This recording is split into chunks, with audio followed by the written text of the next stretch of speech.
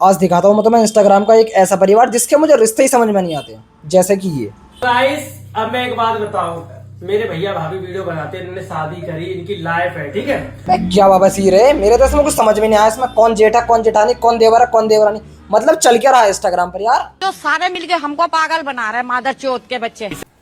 और मैं प्रेग्नेंट नहीं हूँ, ये बात को लेके हम लोग उन लोगों को सॉरी बोलना चाहते हैं जो हमारे सपोर्ट में थे, जो हमारे फेवर में थे, और उनको बहुत दुख होएगा जैसे हमें दुख हो रहा है, क्योंकि कोई बच्चा का ये चीज ना मजाक नहीं होती है।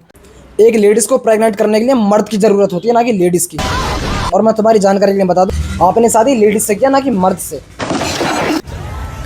रिश्तेदार आग लगाते रह गए और हमने लव को अरेंज करके शादी भी कर ली। तो बताओ बहनचोद, वहाँ लड़की लड़की से शादी कर रही है और यहाँ लड़का लड़के से, मतलब फेम के लिए कुछ भी। मुझे लगता है ये टिकटॉक की तरह इंस्टाग्राम को भी इंडिया में बैन करवा के ही मानेंगे। अच्छा